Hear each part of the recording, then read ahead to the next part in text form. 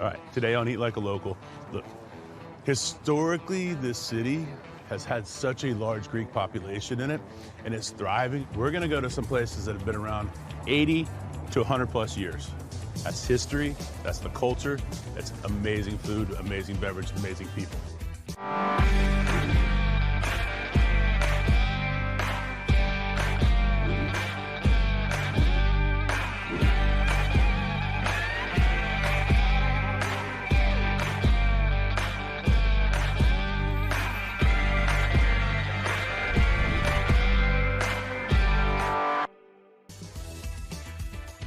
How cool is this? Christie's Seafood and Steaks, a Gulf Coast institution since 1917. Family owned, family run, 108 years, still doing things deliciously.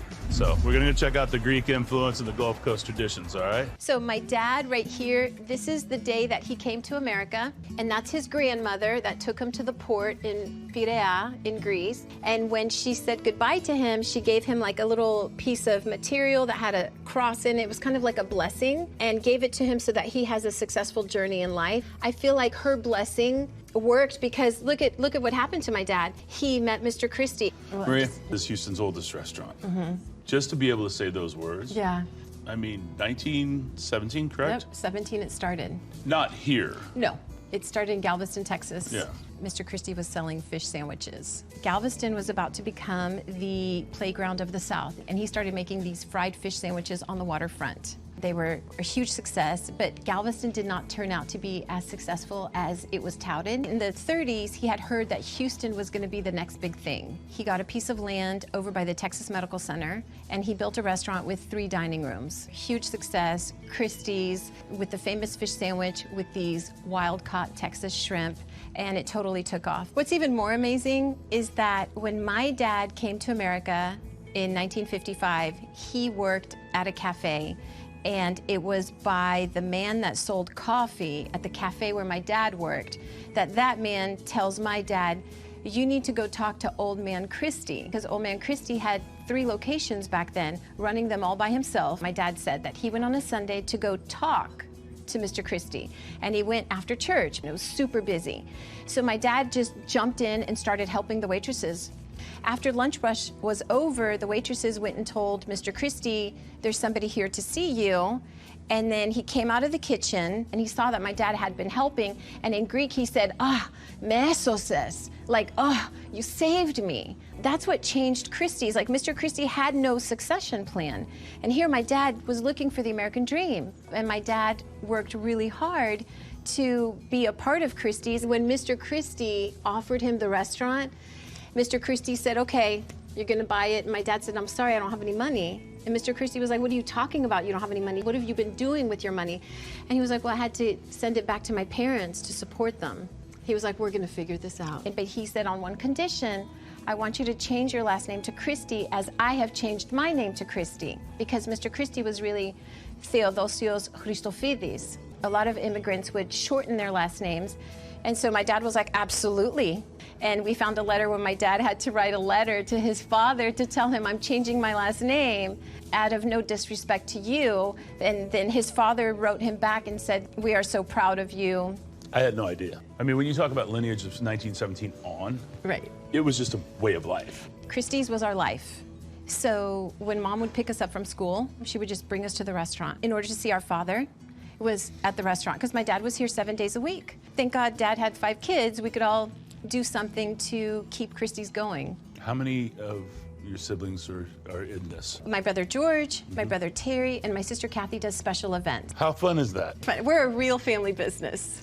We're a real family business. And every day we realize it with the interactions that we have with our customers. I mean, the stories that we hear. I mean, what it means to people. My family's been eating there for 80 years. Like, nobody can say that, really. When did the menu start to really evolve? Because you have 2 kind of defining things here. Right. Right, you have the Gulf Coast influence of where we're at, but then you, of course, There's the Greek influence. We got our into Greek. it. Yeah. In the 70s, it was more seafood and steak focused. And then in the 90s, Creole, remember Paul Prudhomme, obviously.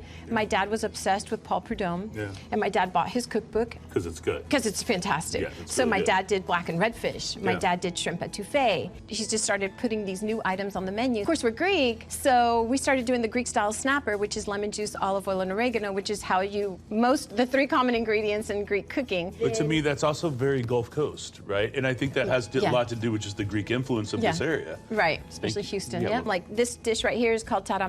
It's a whipped caviar, which is very common in Greece, and it's whipped caviar with lemon juice, olive oil, bread, onions. And so tarama was a natural fit. We're a seafood restaurant. About as classic Greek as you can get. Yeah, To be honest with you, I didn't expect it to be that light and fluffy. Really fantastic. thank you. All right. Crab cakes. A lot of research. You know, we wanted to use only jumbo lump crab meat. We didn't want it to be a lot of fluff with like a little Texas twist. Obviously, has a little bit of hot sauce in it. You let That's me just know. straight crab meat. Yeah, straight crab meat. And arguably That's the right. best crab meat. Wild caught Texas. I mean, blue crab is a special thing in the world. This is about as solid as what you really want. you If know? Christie's was gonna do a crab cake, it better be a real crab cake. That right there, fantastic. Thank you. Up next, we're at Christie's. We're going to try that fish sandwich that made them so popular over the last century.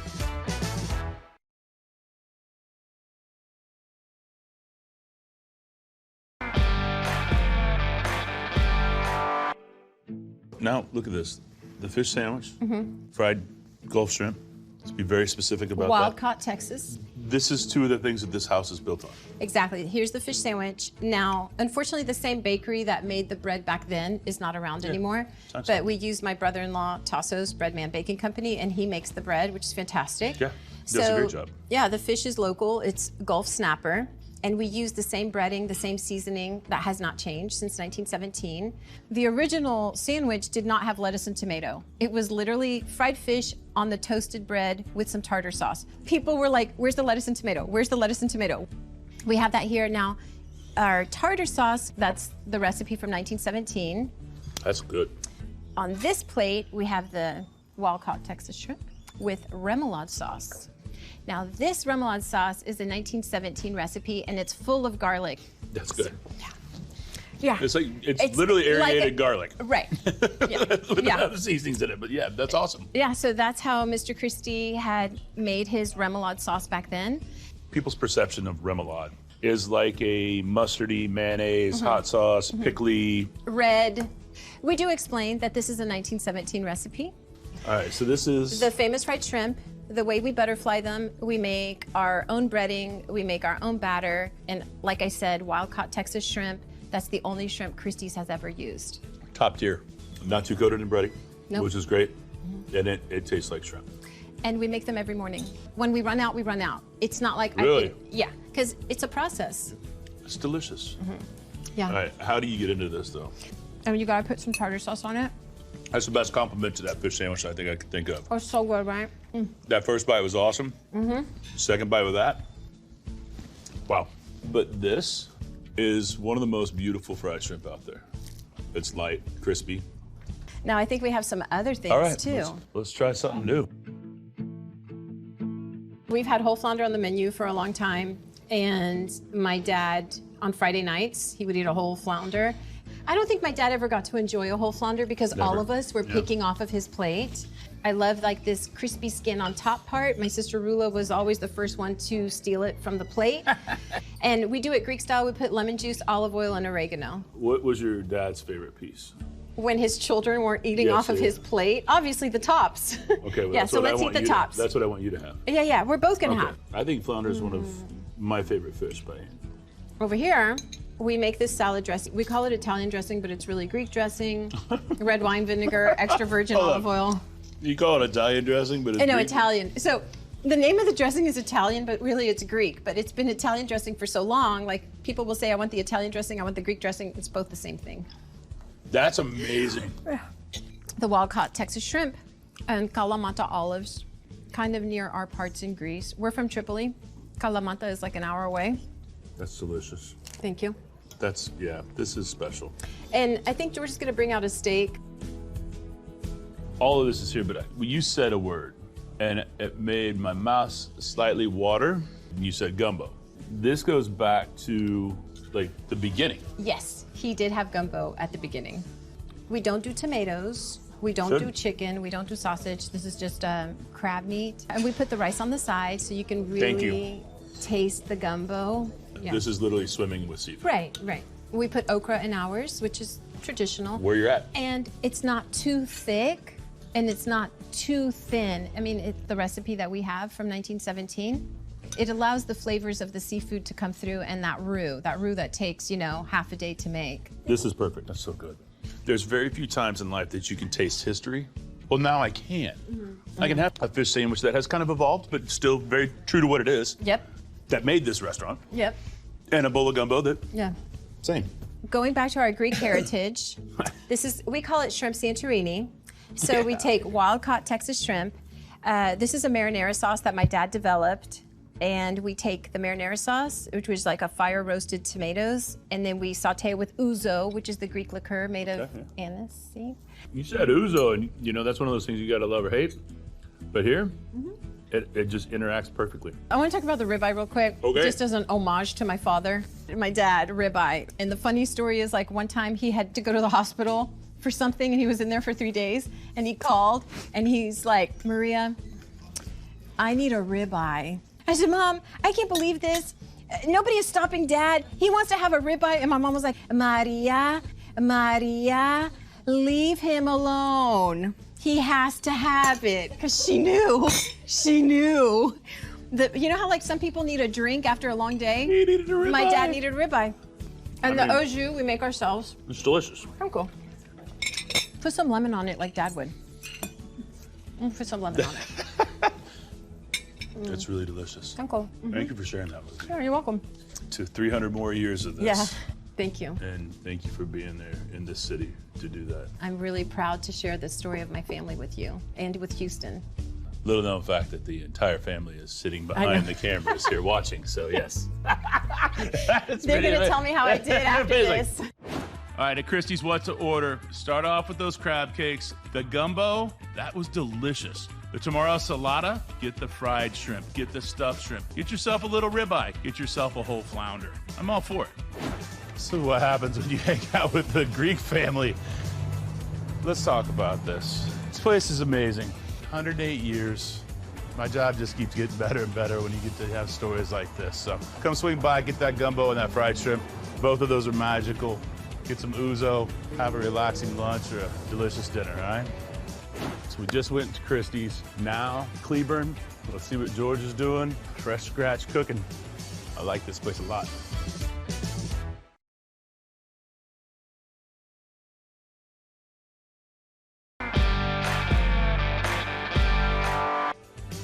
Christie's was outstanding. 100+ years, you can see why. Now we're gonna check out some more of the Greek history in this city. We're gonna head over to Cleburne's, talk with George, have some pie, learn some history. Hey, George. How are you? Fine, thank you for being here. Thanks for doing this. I have a special place in my heart for cafeterias. Well, I'm glad to hear that. So tell me about it, man. Tell me about the history of this place, because this isn't a new place. No.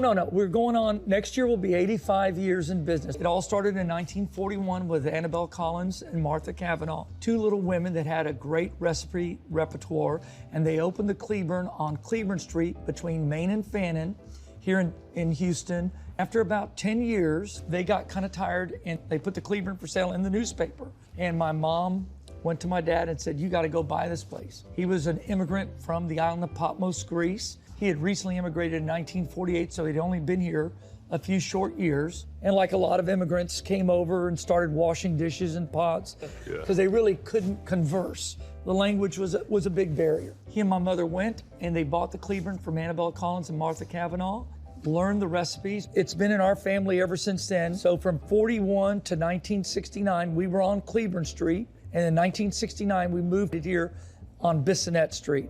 Everything is made from scratch if you want to be a traditional cafeteria, and you have to have a lot of skilled labor. Fortunately, I've got 12 or 14 people that are going for over 40 years, continuing the tradition of cooking the original Cleburne recipes. We're not into processed foods. If I can't grate my own cheese and break my eggs out of a shell, I don't want to do this. That's what separates you. So we still cook that way. So as the world changes, you can step back in time to Cleburne. Cafeterias hold a bit of nostalgia for me because it was where my grandfather would be like, boy, get in the car, we're going for pie. And, you know, 1 or 2 days a week, that's what it was for us. Like, for me, it was like a meeting place and a place for us to connect. And it's interesting about the place to meet. Cafeteria's busiest day is Sunday after church. Yeah. And it's truly a melting pot of the city, of all the locals coming together. So it's a great place to meet. And it's also a great place, like you say, where you can come every day. Because you can have whatever you want. Yeah, it's different. It's a great, it goes pretty quick. Ooh, yeah. Ooh, I want that, and I want that, I want that. Yeah, I'm gonna have a hard time going through this line. Chris, are you gonna try your carrot salad? I am, 100%. Okay, I've got to give you a little carrot salad. I need ambrosia too. I love this part of it. Uli, you want to try a little kale? Okay, you're gonna try a little bit of everything. What is this, George? This is French spaghetti. This is a dish my dad made with Wisconsin cheddar cheese, fresh ground beef. It's pretty tasty. You want to try a little bit of it? Yes, I do. Okay, and then That's awesome. I don't know. Let me cut you a little slice of beef. A slice. Yeah, a little bit. One. No. Oh, okay. A little taster. Amazing. Okay, then we get to the vegetables. I don't know where I'm putting all this. Okay, there we go. Oh, can we get another tray, please? Oh boy. Did you say you love Brussels sprouts? Brussels sprouts I do love. Do you like okra and tomatoes? Oh, and look, we have our Vegetable tray. famous acorn squash. This is a signature dish for us, the baked squash. It's absolutely delicious. Oh. You want to try this candied yam. We do this candied yam and it's got toasted pecans in it. Just tasty. We're gonna need a 12 top for this. Did you want a couple more vegetables? But we have all I don't of want it. you to go away hungry. So your menu, George, it changes? To be known as a cafeteria, there's certain items you have to have. You have to have fried chicken, square fried fish, macaroni and cheese, mashed potatoes, and we're really known at Cleburne's for having Thanksgiving every day. And so turkeys, but it does change. Yeah. So we have what we consider our blue plate or our daily special. Tuesday is chicken and dumplings and meatloaf. Wednesday is chicken pie. Today also Monday, we offer a beef stew. But this French spaghetti Yeah, so you're gonna try out a little French spaghetti here. is only on Mondays and Thursdays. Thursdays. Nothing fancy. But that is delicious. You like it? Good, I'm glad you like it. Then of course, the turkey and dressing, which we're famous for every day. I love turkey. So good, I'm glad. So I like the idea that I can come here and have Thanksgiving any day. But I love it with the dressing, the gravy, the whole 9 yards. That's delicious. It's an old-fashioned cornbread dressing, and we use that juice that we soak that turkey in to make the giblet gravy and to make the dressing. You know, I could come here on Thanksgiving and be here with 4,000 people, Yeah, you or I could show up on Tuesday. could show up. I think you've been a smarter man to show up Tuesday. Thanksgiving is the second busiest dine-in and takeout day. And Christmas Day is the busiest day. My father and mother realized there are a lot of people that don't have family. They're widowed or they don't have a place to go. They belong here at Cleburne's on Christmas. So I love fried chicken. Come on. You know, we use that chicken from Holmes, Texas. It's Nixon, Texas, to the Holmes plant. And they have a good bird. I think you just start off with a fresh bird. You do a buttermilk batter. You just dredge it in some seasoned flour. Real simple. Well, I feel like I did a lot of starch. As they Yes, you say, did. And some meats. I need some vegetables. You need some vegetables. We got them, baby. We got them. This is only like a quarter. I have to go here first. The old-fashioned carrot salad is I'm very not- popular. It's made with fresh crushed Hawaiian pineapple and love those this. good raisins. No, it's the #1 selling salad at Cleburne. Is it really? It really is. But this is cafeteria. It is. And then we have the old-fashioned coleslaw. This is just a traditional mayo coleslaw made with the homemade mayonnaise. And then, of course, we have our fresh okra and tomatoes, turnips, Brussels sprouts, famous baked squash casserole, same recipe from Martha and Annabelle from 1941. And then try the acorn squash. getting there. And this is a seasonal vegetable. And we make our own syrup that goes with it. Isn't that nice? Well, I think the Southern dishes, like what is on the table right now, is about as classic as you can get. It is truly Southern home style cooking. You know what else we forgot that we should have is the macaroni and cheese. Can I get a macaroni and cheese, please? Cafeterias have to have mac and cheese every day. If you don't have mac and cheese every day, you're like dead. And let me tell you about this macaroni and cheese. It's made with milk and egg, and then it's got a grated Wisconsin cheddar in it. That's old-fashioned macaroni and cheese baked casserole. It's really good. Now I'm gonna go. This is the one that I think is the most impressive to me. The lime congeal, the lemon lime jello with cottage cheese pecans and pineapple. This is a here thing. Jell-O is very big in cafeterias still. This is awesome. Do you like it? It's a little different. This is so good. Good. I'm glad. People need to eat more lime congealed, Yes. carrot salad. raisin, Yes, they do. squash casserole, and acorn squash. I gotta stop right now because there is that historically important thing in my life of remembering my grandfather over pie. So we're getting pie. There's a day at Cleburne. I mean, we put these pies out. We make them fresh every single day. Mincemeat. Oh, yeah. Mincemeat basically is apples, raisins, pears, plums, currants. As time has evolved, mincemeat has no meat in it at all. No. And it's just basically minced fruits with raisins. And we offer it during the holiday, November, December. Texturally, May that's become- just great. I mean, everything about that's fantastic. It's a nice pie. And this is Just old-fashioned apple. The way we make the apple pie filling is we take Washington delicious apples and we grate them on a cheese grater and grate them into the water and apple juice with fresh squeezed lemons and cinnamon and brown sugar and white sugar and bring the syrup to a boil. It all has that nice apple flavor. pumpkin. Pumpkin every day of the week. This cherry pie looks absolutely fantastic. Yeah, it's a great little cherry pie. Get the RTP cherries. Pecan, of course. Yeah, that's an old Texas favorite. This is a buttermilk chess. That's one of my favorite pies. I love buttermilk chess too. Banana cream, So coconut meringue and then icebox? coconut icebox, right. I mean, that's... We do a nice meringue. I mean, I know Not the everybody French can do a say that. souffle. Yeah, no, it's a good meringue. No, I love the buttermilk chess. And that's I just a love very that. southern thing. Very. Come on, man. I serve my family. I serve my friends. I want everybody to get the best. But you can taste it. I think you can taste it. I like that. There's no banana pie. There's no thing. It's You for can't sure. taste You it. can taste it. Good. I'm glad. And I'm proud to continue my mom and dad's legacy. What to order at Cleburn Cafeteria? Get the carrot salad, the lime congeal. You can have Thanksgiving every day. Their turkey and dressing is fantastic. The French spaghetti, the acorn squash, the baked spinach casserole, the mac and cheese. Then for dessert, I really like the cherry pie, the chocolate icebox, and then the buttermilk because buttermilk pie is fantastic. Cleburn Cafeteria, almost 85 years. And it's scratch cooking. That's what's important here. From carrot salad to the turkey, to the pies, to the breads, all being made here. It's a sense of pride, there's a sense of purpose. That's delicious. What's next? And I want Chris to try a little bit of everything. So he's going to get a tray. Do you have another show to do today? No. That's good because you're going to be full here. Okay, let's get some. I'm going to get some pies going. Let me get Tina to get us some different slices of pie. I'm afraid. That would be apple, cherry, mincemeat, pecan, Slightly coconut afraid. meringue.